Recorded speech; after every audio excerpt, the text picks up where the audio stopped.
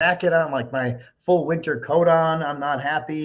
I'm freezing. It's currently, let's see what we got. Cindy. Hi, Cindy, by the way. So here, it's actually not even cold here. This is how much of a wuss I am these days. I am in Wauwatosa, Wisconsin. It's 46 degrees, but this is what I live in, Austin, Texas, and it's 80 degrees. I am such a It's ridiculous. I grew Your up in blood Wisconsin has my whole thinned. life, and this is what I get. Yes, my blood. That's actually way better than saying that I'm a wuss, I guess. But I appreciate Hey, it. listen, winter is always like 50 degrees less than your summertime high. Your Yeah, summertime high now is 110. It's winter, man, when it's 46. It's yeah. cold. There you That go. seems extreme, but you're not off on that. So, all right. So, welcome, guys. Welcome to our live stream today. My name is Chris Weiser, founder and CEO of Seven Figure MSP. I am in Wisconsin traveling. The show must go on. So I'm in my hotel room in Milwaukee area doing a live stream. It's pretty cool though. It's kind of what we do and it's the world we live in. Here with our head sales trainer here at Seven Figure MSP, the ravishing Cindy Phillips. What's up, Cindy? Hey, it's a great day here. It's beautiful in Austin, Texas. 80 degrees. We couldn't ask for better weather. And I'm telling you, I have had so much fun this week working on what we're going to talk about today. It's like been the best week ever. So I am pumped to be here today, and I hope our guests are too, because we're going to do some cool stuff. Yeah, and we just got a little of a high frame from Lindsay. Lindsay's our head marketing coach. Hi, Lindsay. Good to see you, dear. Lindsay was on vacation last week, so she's back in action. She actually was watching us last week, so that's good to see that she's back. One quick reminder for you, Cindy, don't forget to share your content. We're in StreamYard, it's a little bit different animal. And Cindy is the best sales closer I know, but struggles with technology. So I have to kind of like prep that in, soften that. So you just got to click on the present button on the bottom, All present right. your, I think you're in PowerPoint, right? So we got to go down that and you can just make sure Yeah. it's active and then we're good. So we'll come back to it. So a So couple we're going brief to, things for you guys while we're here. It's okay. Take your time. I'm going to do a little I intro got here while we're walking. So everybody that's here with us, we're gonna have a lot of people on our live stream today. I know you guys get all irritated in my Facebook groups when I use the everyone tag, and for you guys that don't know what that means, Facebook has a feature now. Instead of manually going in and tagging everyone, which we did in the past, we tagged everyone one by one to get them basically a notification that we're going to be doing a live stream that's relevant to you. Now you could put once a day as a group admin at everyone. It puts a notification. Well, people just go up in arms about this and fly off the handle. Um, but here's the deal. I don't sell on the everyone tag. I educate on the everyone tag. And I think that is a very important thing to understand. So when you see me tag you, it means that it's something that I think you should pay attention to. You're also in my Facebook group that we've spent now. We're coming up on 6 years creating. So it kind of is what it is. I'm sorry if that triggers you or offends you, but I'm kind of not sorry because it takes a lot of time and a lot of effort to put all these things in. And we're over 18,000 members now. Cindy, I see your screen on the bottom, so I'll put it on this. I'll put it up when we get ready. So last week we walked through a lot of different things, specifically, and note, 5 weeks ago, Lindsay Badillo and I went through 4 straight weeks of marketing, cold prospecting, coaching, and training. Cindy Phillips and I last week were talking about the CSRA, the Cybersecurity Risk Assessment, how that's relevant today, and why all roads in every scenario with your MSP should start with the CSRA, or maybe at least all roads lead to the CSRA. Now, I'm never going to sit here and tell you to walk away from break fix, walk away from your existing clients. I'm never going to tell you to turn down money. But what you have to be very conscious of, and I want you to think of it this way, and this is me talking to you as I was an MSP owner. I had somebody ripping me yesterday saying, "Oh, tell me how your MSP's doing." Well, I sold my MSP. Okay, so like I understand I don't own one now, but I still think like one. I still coach hundreds and hundreds of them every single week in our program. And you have to understand that times are different now. I understand in the past, we didn't have to think about security that much. I understand in the past, we didn't have to worry about hackers coming in and hitting every client. But I want you to ask you this. Anytime you have an argument in your head or We call it head trash. We have all this other. Anytime you have all these debates in your head as to, is the seven-figure MSP talking about this and is it relevant to me? I want you to ask yourself this question. Can you prevent all hacks at any of your clients? And the answer is no, you can't. I don't care who you are as an MSP, unless you take all the employees out of the business and unplug the internet completely and ban, like, search the people as they walk in the door with jump drives, which it's not feasible in business in 2023. I'm sorry, but it's not. You can't guarantee any of that stuff because all they are is one click away, one jump drive insert away. Like, there's all these things that are potentially happening. And my job now as a sales, marketing, business, technology coach, Cindy too, like our whole team, that's what our job is to basically educate you so you can protect yourself from that liability. That's what the CSRA does. So instead of walking in the door like we used to, I mean, I will tell you, I started my B2B MSP in 2004. Somebody calls in, whatever. I had a retail computer shop. Somebody calls in, hey, I want help. Okay, we show up on site. We start going to work. They didn't sign an MSA. They didn't sign anything. We just went to work. We change out a firewall, change a password, log into their server. Hey, let me plug this jump drive in with this software and I'm going to scan your network. Nothing was signed in the early stages, right? There's MSPs out there that are actively doing this. I talked to an MSP a couple of months ago, 80 plus clients, not a single piece of paperwork signed in 2022. This was, and he's got 80 plus clients sitting out there in the wild, all handshake deals. What happens when one of them gets hacked? Had a guy comment from the post the other day. He sent me a nice DM. We had a really nice chat. His name's Josh. Really good chat, really good conversation. I started asking him a bunch of questions. And he said, well, I'm mostly I'm all break fix because I still have a full-time job. And I said, okay, what happens if one of your clients gets hacked? Well, I don't think they'd come after me. I don't think they'd come after me. He didn't say they won't get hacked. He's smart enough to know that. But he said, I don't think. And I said, what happens if they filed an insurance claim and 100 grand was gone and they filed an insurance claim? What happened then? He's like, well, I don't know. That's the stuff. Those are the questions that you should be asking.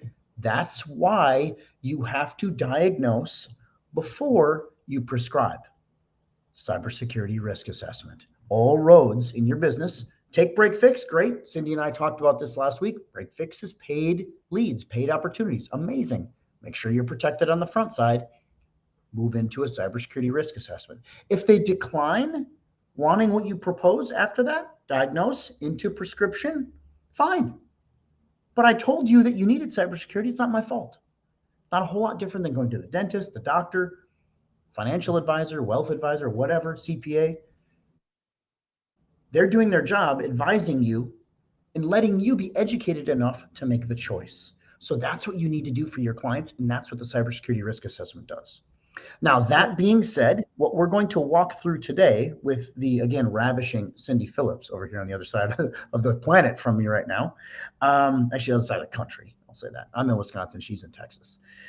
We are going to walk through the FTA, the first time appointment. Cindy, anything? I'm going to kind of start handing this over to you. Okay, great. Here. We got a couple of good comments that are coming in. Oh, actually, here's a good comment. Somebody posted this here. Just signed a CSRA today, $17.50 for 15 users. That's great to see. I don't even know who that is. Note, guys, if you want me to bring your name up, you have to authenticate with StreamYard. You got to click and then allow it. But that's why it says Facebook user. But great to see. Love that.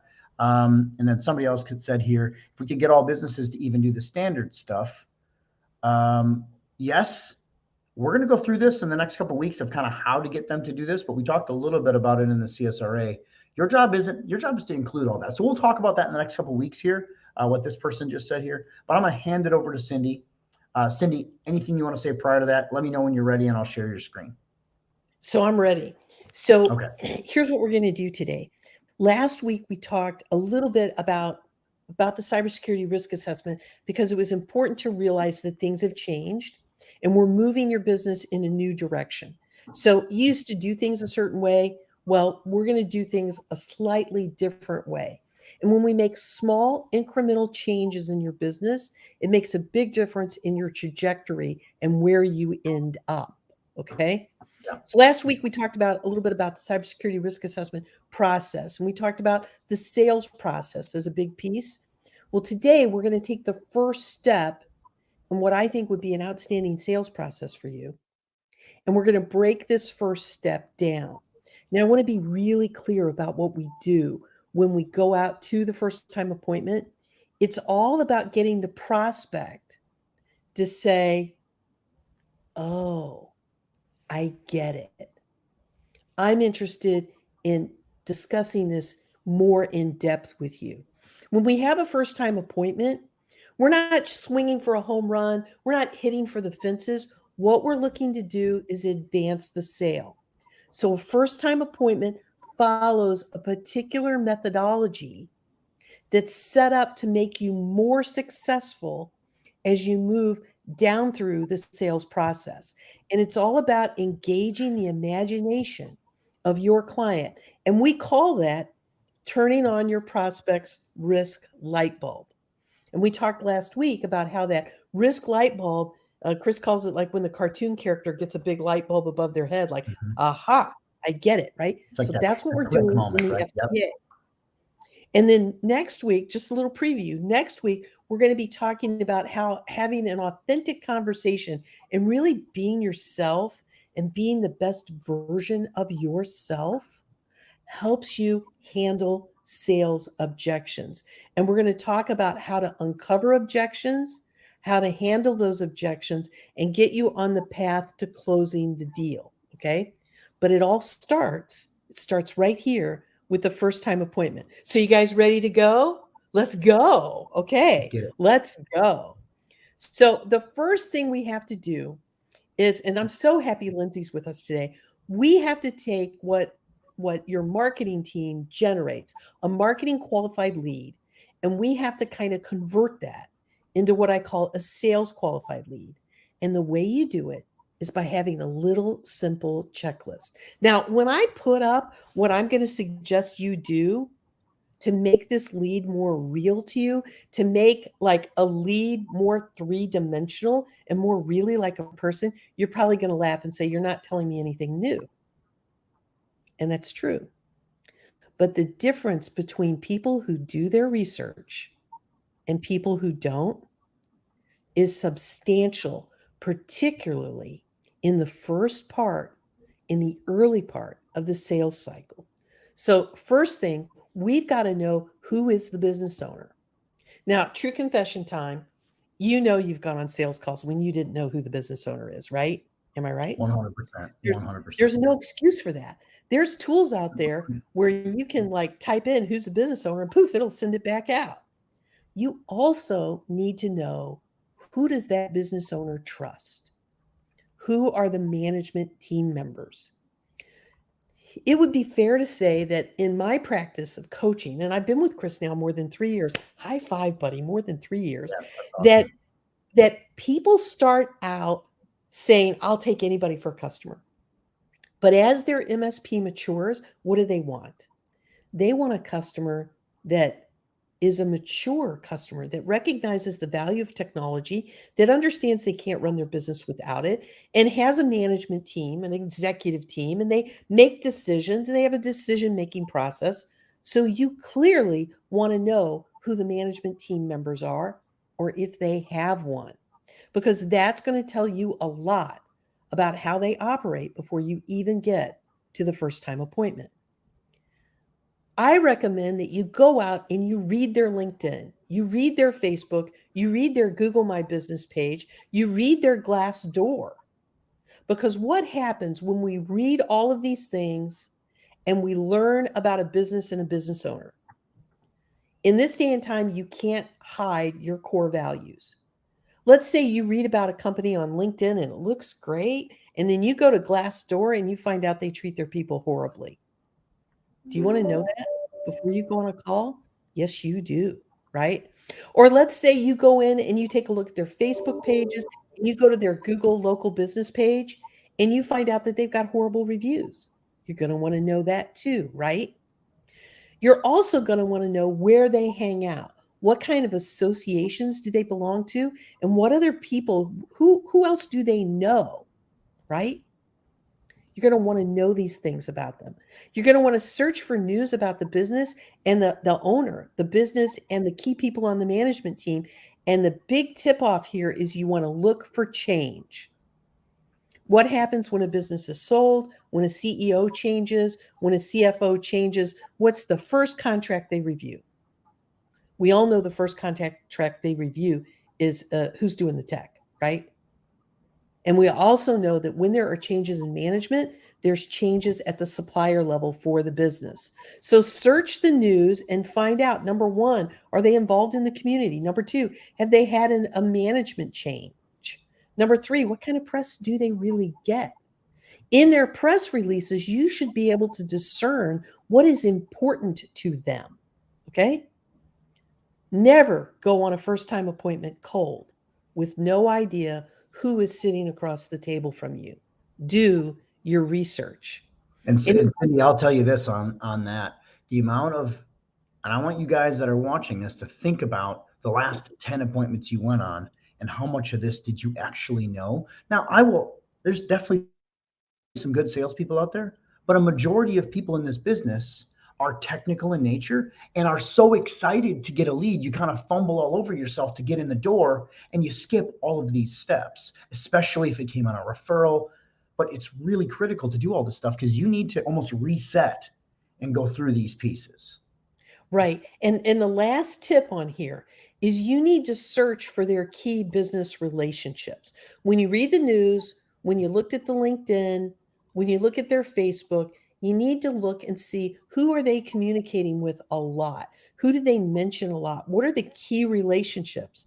Because bonus points, go scope out their key relationships. And specifically, we're looking to see if there's been any change in their key relationships, right? All really good stuff. Never go into a call cold. Now, you might be saying to me, Cindy, I don't have time to do all of this. Well, hang on till the end of our session today. I'm going to give you something you can use. And guess what? You can outsource this to a virtual assistant, right?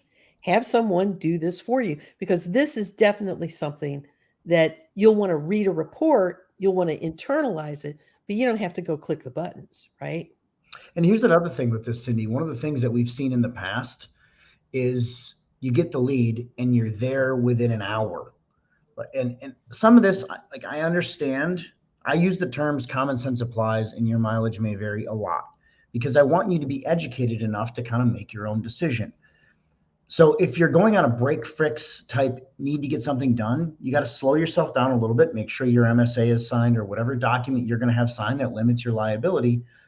And then, okay, then you do this, then you move into maybe some of that stuff down the road. I get all that. But if you're going into a CSRA type scenario or, whether they are looking at you for real managed services, like the actual real whole kit and caboodle, then you need to have this research done ahead of time because it directly impacts the decision. Having the right people in the room directly impacts how you present, how you do all these things, and being we use this word a lot inside of Seven Figure MSP in our elite coaching program. You have to be disciplined. You can't just get so excited that you forget all things down the road because that's how you lose your sales process. That's how you lose your numbers. That's how you lose being profitable. That's also how you lose closing deals. Right. Now, I want to emphasize one thing here. Last question on this page. Who do you know in common? You're going to go on a first-time appointment and meet someone potentially that you don't know at all. There is no better way to build trust than to borrow trust. If you discover that your prospect and you know someone in common, that's a common touch point. That raises the level of trust in the meeting right off the bat dramatically. So when you do this prep work, one of the most important things you can discover is who do you know in common, right? Or what shared experience do you have in common? That's why I'm a huge fan of looking at LinkedIn. You see where people worked. Maybe they didn't work at the same companies you did, but they worked at a competing company, or they were in the same industry. You're going to have shared experience to build on in that first-time appointment. Okay, now let's look at the first-time appointment. Now it's only 15 minutes. So don't laugh when I say there's like 5 steps, okay? They're quick. Bang, bang, bang. Let's break it down though. Your first time appointment consists of these parts. First, you have to extend a hand. You have to open. You have to open the conversation. Second, you're going to ask 3 big questions. We've got these questions written down for you, show you exactly what they are. Then what opening does and what the 3 big questions does is it gives you the information you need to then start sharing why it's important that you guys are meeting. And with the information you're going to get from the 3 big questions, you're going to be able to understand where the prospect is coming from. And once you understand where they're coming from, you can build a shared why, a shared bond of competence between the 2 of you, that there's an issue, a problem, a situation that requires intervention. So there's something in common here that we need to work together on. But at this point in time, the prospect's not sure if they want to work with you. And you know what? You're not sure that you want to work with the prospect. And that's why your next step is what I call your value hook. Now, when we teach how to sell here at 7-Figure MSP, one of the things we always talk about is your hook. And your hook is designed to grab attention. It's designed to differentiate yourself, and it is designed to focus the mind of the individual that you're talking to on what the issue is at hand and what needs to happen next, which is your next step. So, big question. How many of you have been on first time appointments that went for 45 minutes or an hour? I know you're out there. Yep. Right? You know that, right? So there's this very important thing that we build in to the first time appointment process. And what that is it's desire. I want you to think about your first time appointment like, honest to God, like it's a coffee date. Okay? You're going to go somewhere, you're going to have a short conversation, you are going to build interest in your company. You're going to qualify the prospect to the point where you can build interest in yourself. But then what you're going to do is you're going to shut the conversation off and schedule the next meeting. That next meeting can be the next day, it can be 3 days later, it can be a week from now, same time, whatever it is. You need to put an air gap in there, a time gap in there before you go on the discovery call. And we'll talk about that a little bit next week when we talk about objections. But here's the thing, you have to break this up so your first time appointment has them leaving the room thinking, wow, here's somebody I really want to work with. I got a question on this, Cindy. We've never actually talked about this, but it just kind of pinged in my head. Is there an option to actually do that FTA, that initial coffee date, just over a Teams or a Zoom call to almost make it so it's very structured? Absolutely. I'm a huge fan. I am a huge fan of FTAs and discovery calls potentially being over Zoom. And here's why. Zoom is your greatest scaling tool when it comes to sales. It's much more difficult for someone to tell you they can't make a Zoom call. We can do Zoom calls off of these things, right? I mean, anybody can get to a Zoom call. When you think about how many times you and I have done our calls, like I'm always thinking in my head, like I'm doing my calls. I'm in Wisconsin visiting my parents. It's my dad's birthday this week. So I was doing all my calls the last 2 days driving around here because it takes a million hours to get anywhere. And I do all my stuff on my phone. But I just was thinking on that because in that scenario, you think about, and I want you guys that are sitting there watching this both live and on the recordings, think about any time you get an FTA, that first time touch, if it's a referral, it's always a 2-hour minimum commit because it's 20, 30 minutes to get there, whatever, you got to, but it's taking a 2-hour chunk out of your day versus if you could say, hey, great to meet you. And in 7-Figure MSP world, we are 100% virtual. So it's always an introduction via email or chat or some type of scenario. And then we just set a quick discovery meeting and then we go into our actual call. So it's a very similar process, but we're forced to do Zoom because of the way we run things. And it's infinitely scalable, meaning my sales team can run it from anywhere. I can run it from anywhere versus the MSP is traditionally, mentally, you're very landlocked. And maybe this is Now, an opportunity for you to get away from that. Go ahead, Cindy. now the other thing I would do, Chris, is I would take an hour or 2 hours a day and I would set that as my FTA time slot. Yeah, And don't then I would disagree with set up a calendar where I can do it. And pro tip, 15-minute FTA, 15 minutes for notes. So set them up with an air gap in between so you can write your notes down. And I'll show you why and how that's so important in just a minute. Okay. Now, here's what's going on when we do the first time appointment. In the opening, we're building rapport. You like Jello? I like Jello. We joke about that all the time in Who coaching doesn't calls. like Jello? I really love Who doesn't like Jello? But we're finding out that there's something, we're going to build some rapport. And then we're going to ask 3 big questions to qualify the prospect. How many of us have gone on calls with people in the first 5 minutes? We know it's not you, it's us, but you're not right for us at this point in time. You want to find that out early. Note on that. Yeah. Note, I will say this, and I want you guys that are also thinking this because we've all been in the same seat. In the early stages, you know that you don't want to work with the client, but you're like, I'm not, and I get a lot of heat for being real, I guess. And some of the mindset is early, well, I'll discount or I'll do you a solid and I'll do all this stuff. And then you take on somebody that you know is going to suck as a client.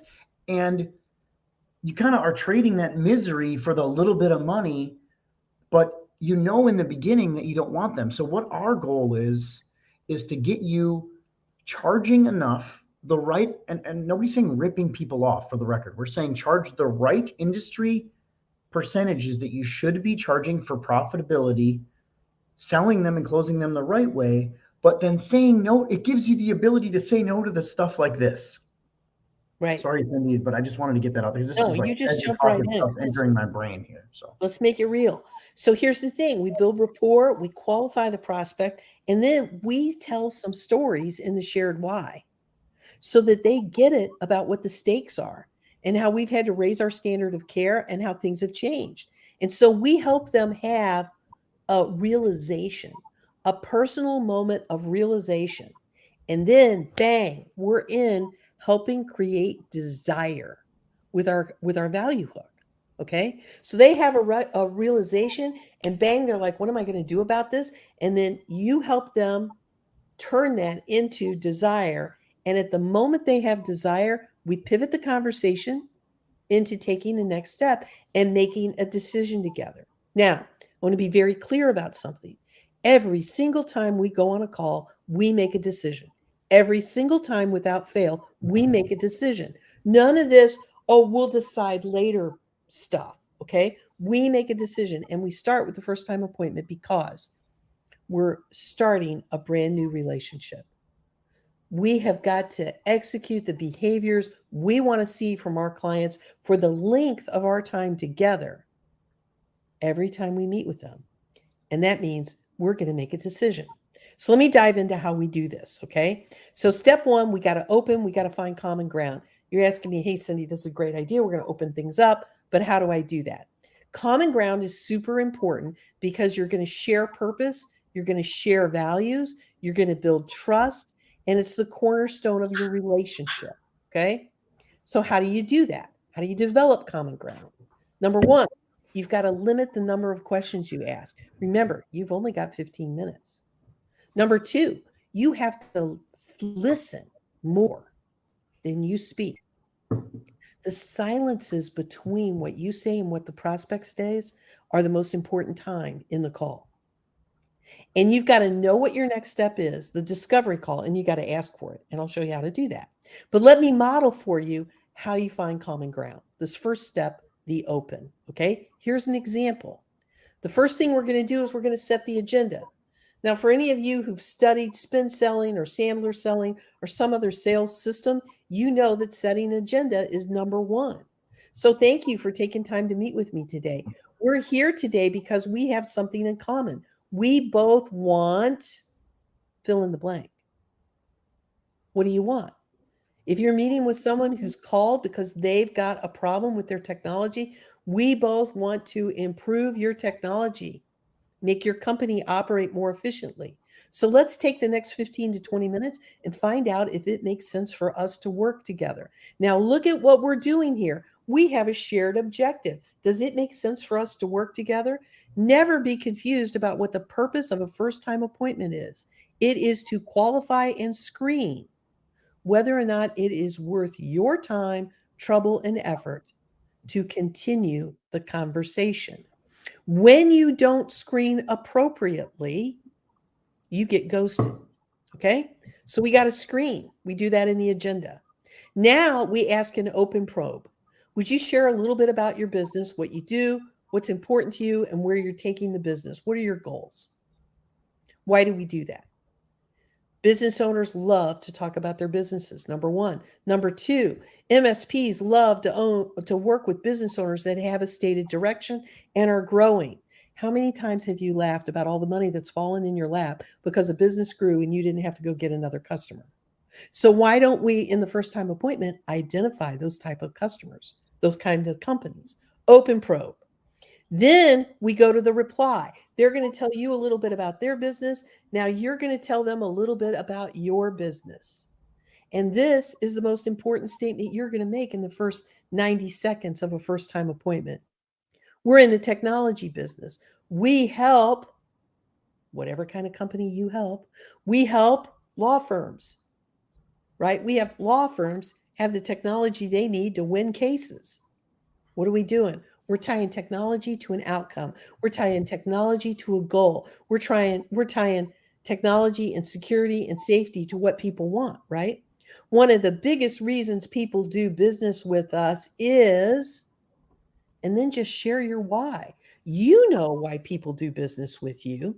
And one of the big things in the first time appointment is you be you. Don't try to be somebody else. You be you, because the people that are drawn to you, that are magnetized by you, that want to work with you, they're going to be your best customers. So just get it out on the table right at the very beginning. Would you share a little bit about your business? What's important to you? Where are you taking the business? We're in the technology business. We've got a security first mindset, and we help high growth companies have the technology they need to make the money they want to make, and we help them protect and keep that business as safe as possible. That's a model for an opening. Okay. Now we're going to transition a little bit, but what I want to know about the prospect and what I'm going to give them an opportunity to tell me is, what's the biggest reason people do business with you? What's your secret power? I'm going to share mine, but what's your secret power? Why do people do business with you, right? And as we get into that and they answer that question, now we're going to qualify them a little bit more. And we're going to ask the big questions that are super important. This is step number 2. We're going to qualify them. We're going to qualify the prospect and understand if they meet your basic requirements. Okay? And you're going to uncover the biggest showstoppers to moving forward. Now, I'm going to give you our 3 biggest questions that we ask. Yours may be different, but at this point in time in the FTA, it's the perfect time to qualify whether or not they're right for you. So what you need to do is ask the questions and then listen. Don't try to explain to them why they should be doing something different. Just don't do it. Don't do it. Don't explain why you're asking. You're the expert. Have a little air of mystery, right? And use the answers they give you to bridge into deeper questions, to bridge into the next step, okay? Which is the shared why. So the qualifying questions lead you into the shared why, which is going to be the gap, the thing that they got a problem with. Okay, so here's how we do it. Here's the example. We're going to transition to those questions. Thank you for sharing that about your business. Remember, they just told you about the goals. I told you a little bit about mine. I've got 3 quick questions to ask you about your business as it relates to security and technology. Now, I want to point something out here in the language because I'm a language nerd, all right? The words you use matter. You're going to be the best version of you. You're going to say them however you say them, right? Which makes you real and authentic. But there's a very specific reason why I said as it relates to security and technology. Security encompasses cybersecurity. Security encompasses problems they've had in the past that they probably are never going to tell you about. There are so many small business owners that have been hit with extortion. or have had other kinds of problems. Security is where it's at, my friends. So I have three quick questions to ask you about your business as it relates to security and technology. Because right now, they don't care about cybersecurity. Do you have cyber insurance? That's a straightforward question. That's up or down, yes or no. When was your last security review? That too is a very directive question, okay? And then the last one is, who's managing your technology today? And then just wait a little beat and follow up with, how's that working for you? Okay. I look at that as one question, even though it's two, because what we're doing is we're uncovering the current state of the business with respect to technology. Now, here's why we're asking closed questions for cyber insurance and security review. We want to know how seriously they take their security and whether or not they are prepared to manage their risk. I don't want to hear a big song and dance about it. I don't need a story about why they have cybersecurity, yes or no. I just need to know that because I instantly know where they are with how serious they take the cyber threat. If they tell me they don't have cyber insurance, how serious do they take the threat? They don't. If they tell me they haven't had a security review ever, how wide open is their business? Right? You can drive a C-130 through it, right? And one of the things that I want you all to think about, they're immediately, especially, we all run into these arrogant clients or that have their buddy working for them or helping them with, I already have a tech guy, those type of questions. Asking the cyber insurance question first opens the door to, how good is your security guy? Because clearly you don't have cybersecurity insurance and you need to be thinking about that. And this is where, obviously we don't, in our world, we don't talk a lot about this stuff at this FTA. This is where we talk about after we do the review, but I want you to understand all of these objection handlers are what happens when you have the coaching and the training, because you're ready to handle the objections. And then you can immediately have a rebuttal into, well, what would you do? And not here again on the second meeting after you've determined they're a fit. You immediately have a rebuttal into, well, what would you do if you had $100,000 of your money gone and then you just thought it was going to be taken care of and insurance didn't cover it because they found you negligent? These are things that you need to be thinking about as a business owner. That's what we do during the CSRA, and we turn the risk light bulb on. So it's really important to know these things ahead of time. So here's the thing with these two questions. Do you have cyber insurance? When was your last security review? Those two questions help me understand my buyer persona, if you guys think about it that way, right? They help me understand where this business owner is. And then when I ask them who's managing their tech today and how's that working for them, they're going to tell me some things that have caused them to call. Okay. So now with these three questions, I know how hot or cold this prospect should be for me. I don't know how hot or cold they are yet, but I know whether or not I'm interested in them and how much I'm interested in them. So now what I've got to do is I've got to develop a shared why. Okay. I got to find pain in their business, and I got to find motivation, just enough motivation for them to take the next step. Okay. So pain and motivation, why is it so important? Number one, nothing happens without pain. Motivation matters when it comes to taking action. There's got to be some level of urgency to move to the next step. You've got to know whether the pain is sufficient to drive change. So how do you know that? How do you know that? How do you know if the pain is enough to motivate them? And it's what I call the 3X probe. And here's how it works. How does this impact the business? So start at the top.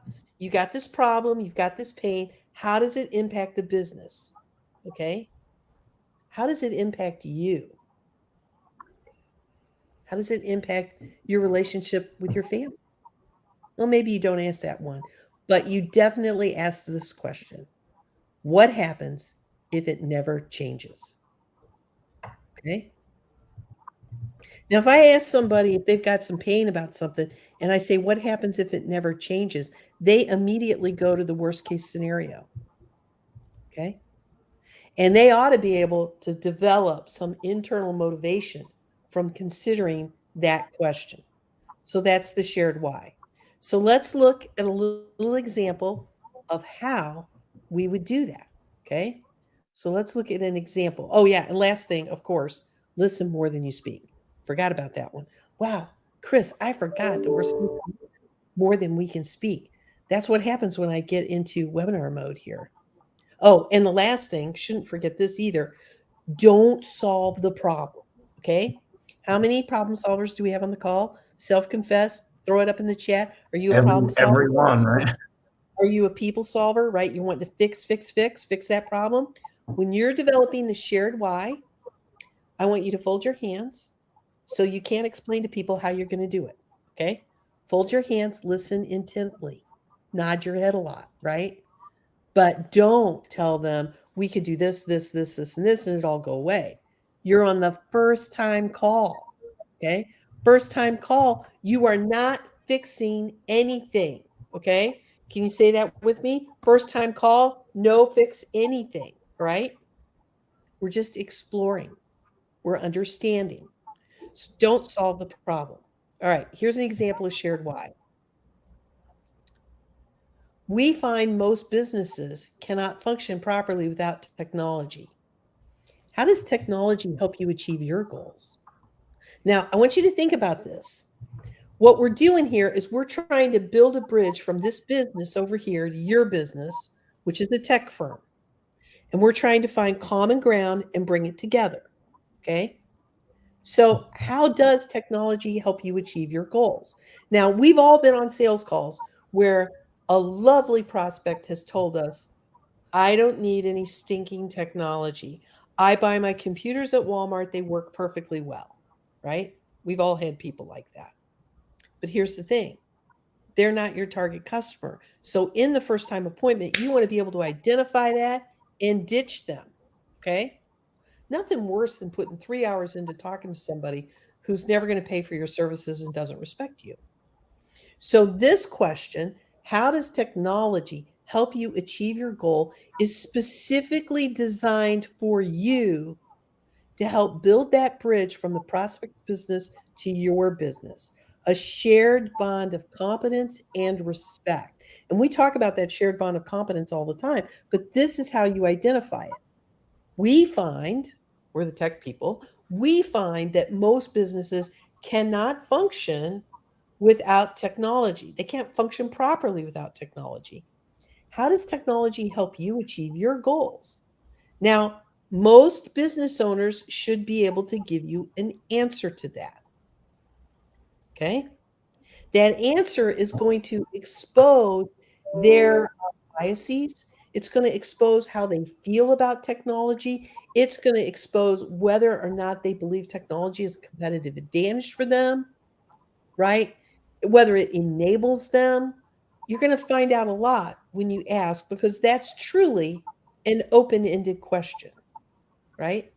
Now, here's what you're going to do to pivot to where you live today. You're going to tell them that things have changed.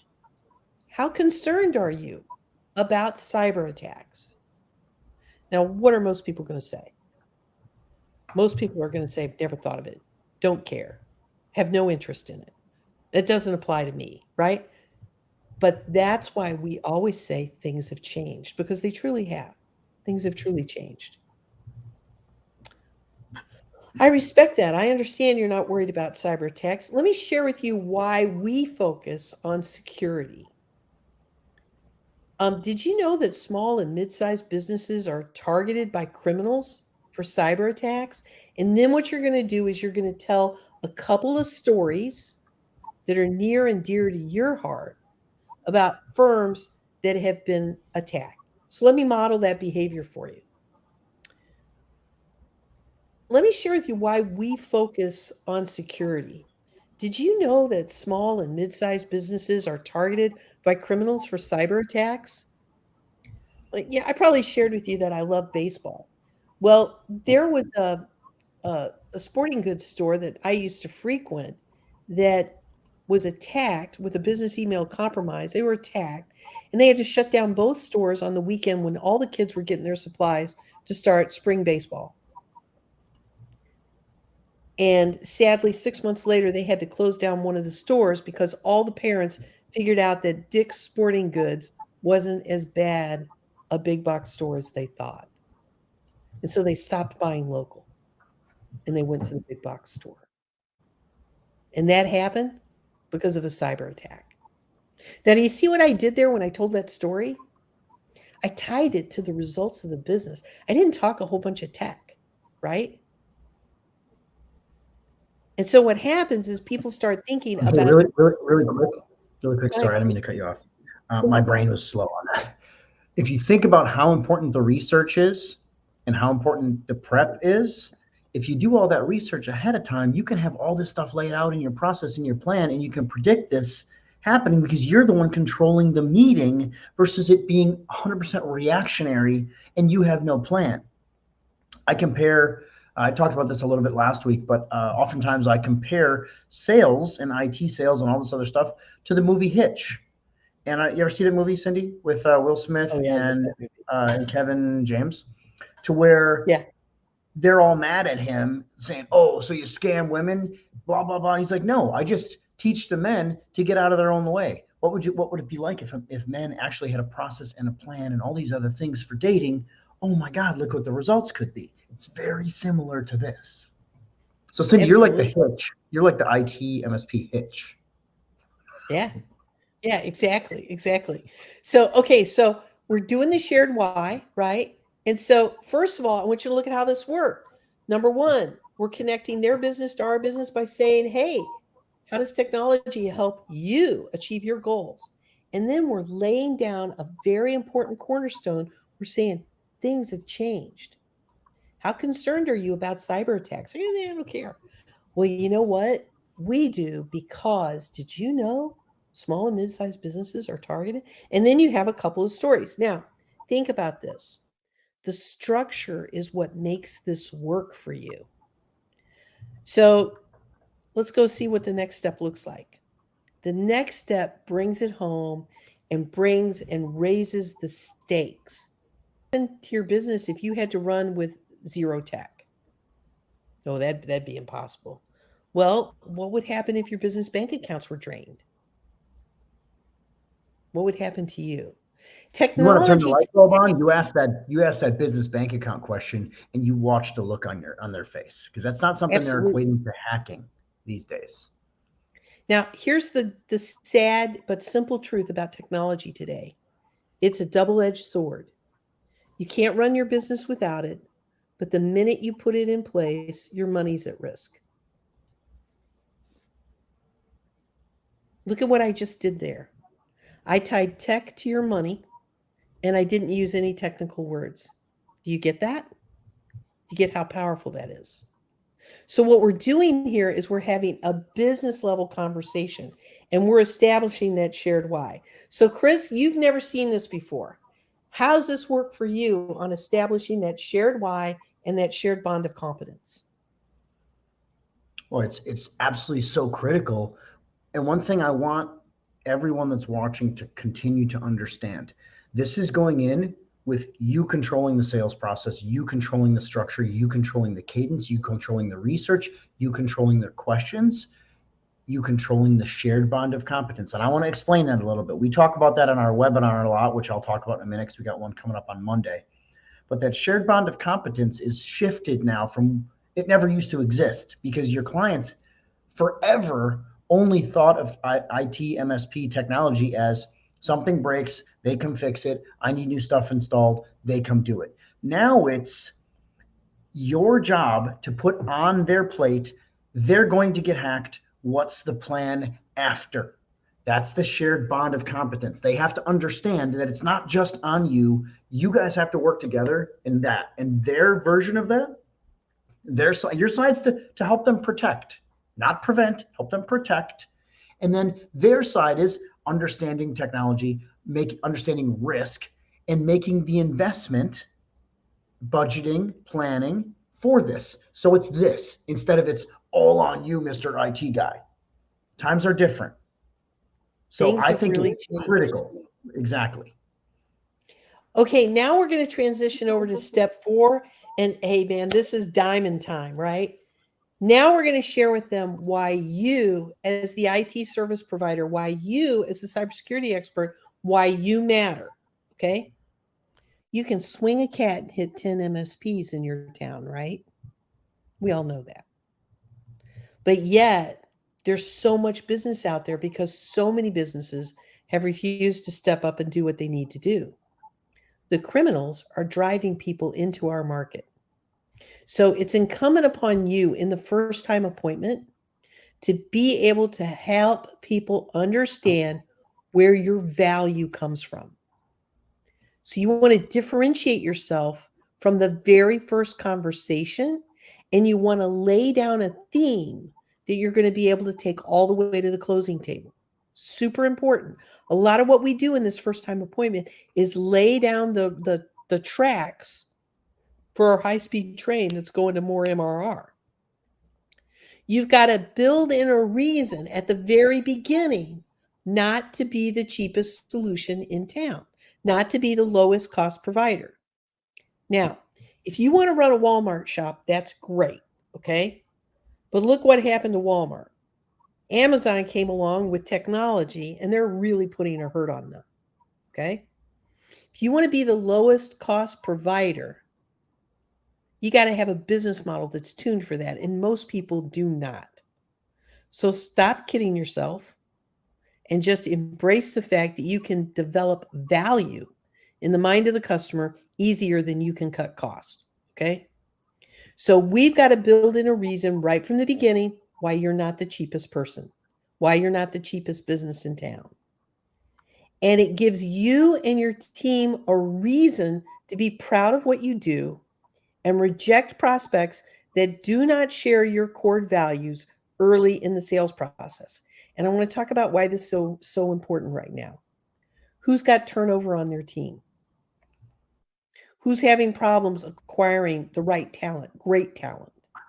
When you stand up for what you believe in, when you communicate it early in the sales process, you are going to replace problematic revenue with higher quality revenue and higher quality customers. You cannot do that if you don't start in the first time appointment laying down what your value is. So, how do you develop your value hook? Well, you're going to need something called 3 signature stories, and I'm going to show you how to do those. Okay.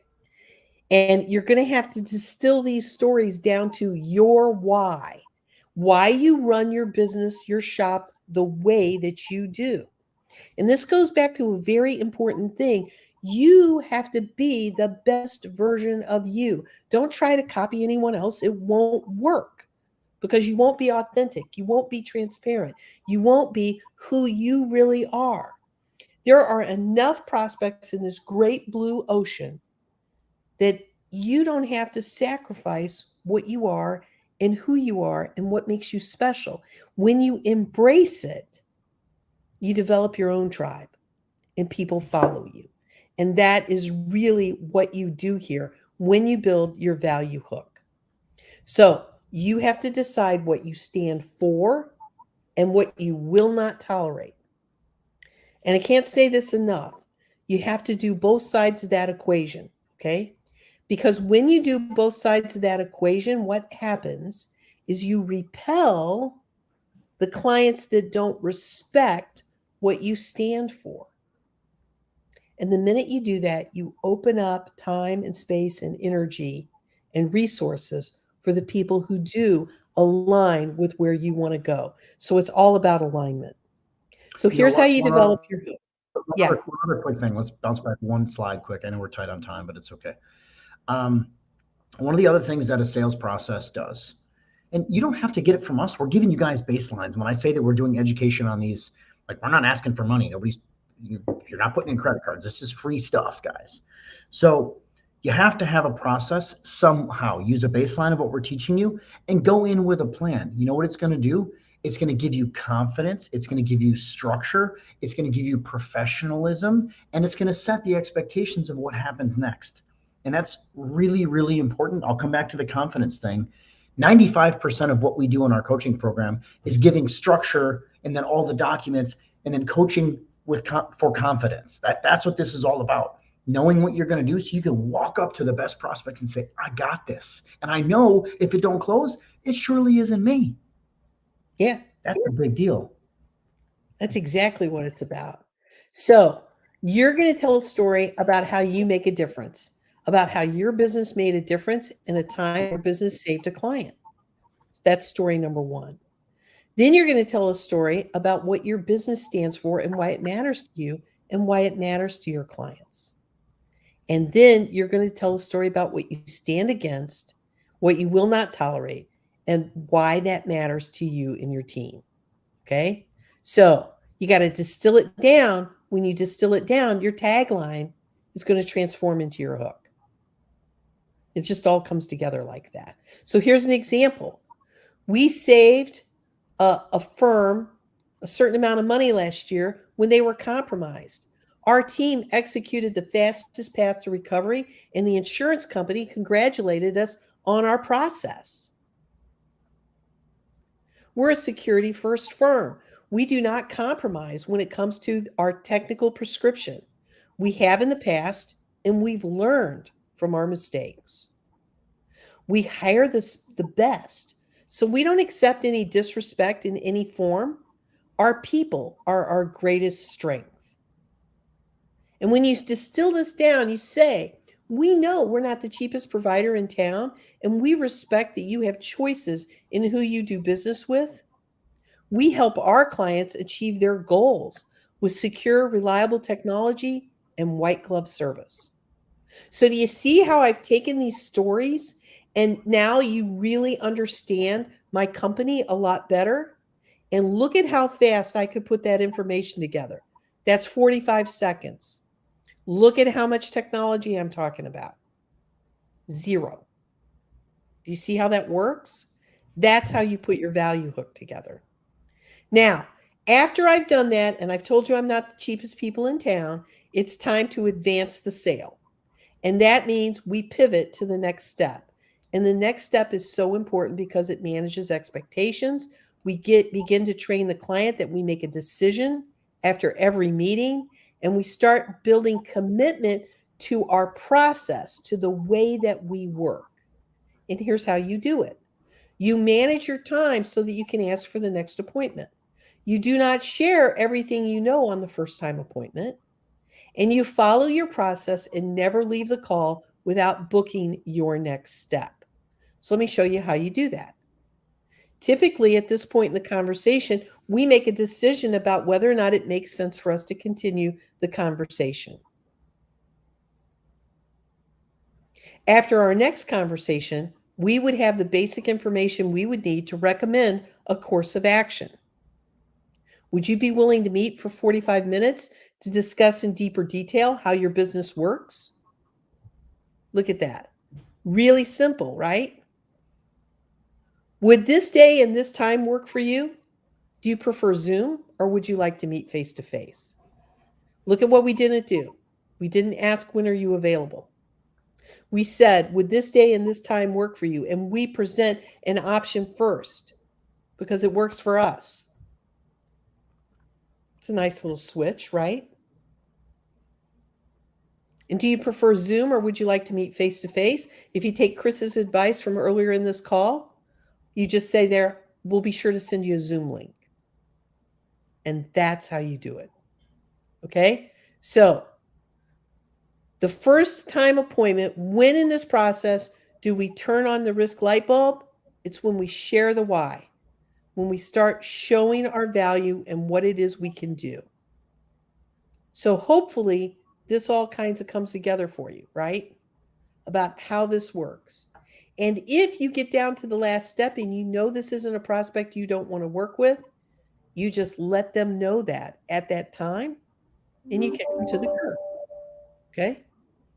So let's look at some more winning tips. Keep it real. Don't write scripts. Get your thoughts, have a plan, know what you need to do, but do not script, because when you script, you sound like a telemarketer. Be the best version of you. You be you, baby. Nobody else can duplicate that. Silence your own negative self talk or doubts. You never know where a conversation will lead or what results it'll bring. I never will forget one great deal I put together. I did a first time appointment. We were not a fit. And a week later, I closed the deal for $25,000 because that first time appointment recommended me to someone who had instant pain and needed an immediate solution. And at that point in time, it was a huge deal for our company. You never know where a conversation will lead. And finally, you've just got to practice, practice, practice. So, you know what I always say? If you can download these slides or if you can get a screen cap or whatever, print out 3 copies, one for your desk, one for your car, and one for your bathroom. Okay? So, I want you to light up the chat and let us know, what are you going to do different? What are you going to do on your next first time appointment? Light up the chat and let us know what you're going to do different. And Chris, you'll have to let me know if folks are lighting up the chat with what they're going to do different. Yeah, I will. And hey, can you just really quick check and see if you can see me, because my damn screen locked up and I don't know if it's my browser. I can hear you fine. Can you hear me? Yeah, I can hear you fine. I'm going to stop the share and I'll just ask the questions. Okay. So anyway, I can see you, Chris. No problem. okay, and I'm moving fine.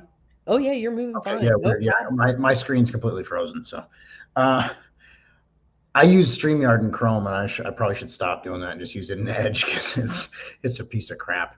But okay. So Cindy, hopefully I can't even do anything on the screen. Hold on, keep talking for a second. Let me just Yeah, bounce sure. out and then I'll come right back in and then we'll end. Okay, the last thing I want to know from you folks is if you had an aha moment, if you've got a takeaway, something that you're like, "Oh my god, this is it. This is the thing that like blew my head." Well, maybe I don't know, maybe that didn't happen, maybe it did. But if you had a big huge takeaway, if you could just put that into the chat, that would be fantastic. Because that's how we know that we're really connecting with you. So that's pretty good. So remember, the big keys on the first time appointment. Number 1, manage your time. Really keep it down to 15 or 20 minutes. Number 2, don't talk about everything that you know. Okay? Just don't do it. Don't talk about everything you know. The whole idea here is a coffee date. Low stakes. It's a screening tool for you. We want to build a little mystery. We want to build a little desire. Okay? And that's what we do in that first time appointment. Number 3, we start training the prospect. At the end of every call, we make a decision about what our next step should be. Eventually, you're going to get to the point where that next step is signing the paperwork. That's how it's going to work. And so that's why you want to start in a first time appointment with, hey, what is our next step going to be? How is that going to work for everyone? And that should help you out a lot. I'm back. So Chris is back with us. Chris, I know. you look a little drunk there. You're kind of a little slow this time. You're back? Okay, great. So we've kind of summarized like, up with I it like totally locked up. So here's the one thing we haven't done, and that's the fun part. We haven't dropped the link yet to the handy dandy little tool that we put together for everybody. Okay? One sec. So we'll do that. We'll drop that link. 1 second. Okay, so a couple things I just want to show you really quick. One thing that I want to just a couple comments that are coming in here. This one, I couldn't see who this is, but the biggest change I'm going to make is to start appointments with Zoom instead of on-site and keep it short. Almost all my appointments are a full on-site eval and at least 1 hour. So you see what's kind of happening in that scenario. You're literally giving away the farm before you even get there, before you qualify, and you're not setting any expectations and you're not controlling the process. Any feedback on this one from you, Cindy? Because I think this is very typical of what most MSPs are doing worldwide. Yeah, exactly. That's the whole thing. I mean, the whole thing is it's a little bit like tennis. Ball goes up, you hit it across the net, you got to wait for it to come back. And in our desire to help people, I would say that probably MSPs are probably some of the smartest people I've ever met. 100% But agree. the problem is we're so smart, we want to jump ahead all the time. And when there's an ebb and a flow and a back and a forth in the conversation, what happens is rapport grows, commitment increases, and it's easier for people to like make a decision, you know? And it kind of takes me back to school when the school teacher used to say, show your work. It's like, well, why should I have to show my work when I know what the answer is?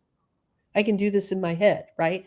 Well, Yeah. sales, you want to let that be a co-creative, collaborative process Yep. because that builds long-term business partnerships that can withstand the ups and downs in the business cycle. So that's another reason for managing your FTAs so well. So, and yeah, people can get copies of the presentation, and yeah, having a tool, right, is really, really good. So this is all really good. Yep. Okay, so Okay, I want to so a couple things. Cindy mentioned her link. Here's the link that you can go. Do you want to review any of this really quick? Do you want to share this, I'm just or do you want? yeah, can you share it? Hold on. Yeah, No, I can. probably not. Let me just talk to it, okay? Because guys, Yep. I don't laugh. When Chris told you I'm technically challenged, he was not. I'm buying Cindy. She only uses her laptop. I'm buying her multiple monitors and all Yeah. that stuff because it's Yeah, like you know, like I'm serious, man. I'm like, let's keep it simple, right? Because the more complicated it gets, the more stuff I got I can screw up. see me. I'm But just shaking my head, dude. yeah, I know. But pretty soon we're going to find out the problem isn't the tech, the problem's Cindy. But anyway, so here's the thing. Here's the thing. I've got a really simple little spreadsheet. It's like a little checklist. So do you remember when I told you that you could have your virtual assistant do some stuff for you early in the call? That's prospect research. So what it is just a little simple 2 columns checklist, and it breaks out what we're going to do for research, all the different tasks, and you can check it off when it's done, right? And then before you go on the first time appointment, it really pays off to have a little quiet time for yourself to review what your process is. So, what I like to do, and Chris knows this because we do this, I like to basically reserve 15 minutes before the FTA to review things right before I go into the call. And I review my FTA diagram so I know what I'm doing. I practice my open so I know what I'm doing. I practice my 3 big questions, which you know those questions are so easy. You shouldn't really have to practice them, but you practice them because if you don't, you'll forget them. Okay. Well, you Then, bats, right? That's what it's all about. Is yeah, having that and playing right. and you're going to eventually get to a point where you don't have to practice before every FTA, but I say practice before 20 FTAs. Okay. Practice this for 20 FTAs, and you're going to build some muscle memory. And at that point, it's a different ball game. Yeah. Also, let's talk about social norms. Let's talk about people who ghost you. Here's how you get people to actually show up for your FTAs. Number 1, you set up automations in your CRM so that when people make an appointment with you, they get an automatic appointment confirmation email 24 hours ahead, email and text. Then they get a confirmation 1 hour ahead, email and text. And they get a confirmation email and text 10 minutes before the meeting. Okay. Now I know that you might be thinking that's a little stalkerish, but don't think about it that way. Instead, think about it like how many people are doing 3 people's jobs and can't remember where they're supposed to be. Everybody's got an 8-second attention span. You're going to help them with that. Yeah. And then here's how you really get good at things. After the FTA, you use the little checklist I've given you to answer these questions. And you write your notes down in your CRM, or it didn't happen, baby. But here's what you put down in your notes. Who's the decision maker? What are their pain points? Why do they want to change what they're doing? Who's their insurance carrier? When was their last cyber review? Who's managing their tech? How's that working? Are they willing to pay? Do you want them as a client? What's the next step? And what concerns do you have, if any? Okay. You put that in your CRM, and anybody that goes to interact with that client on the sales side of your house is going to know everything they need to know about that account. Cool.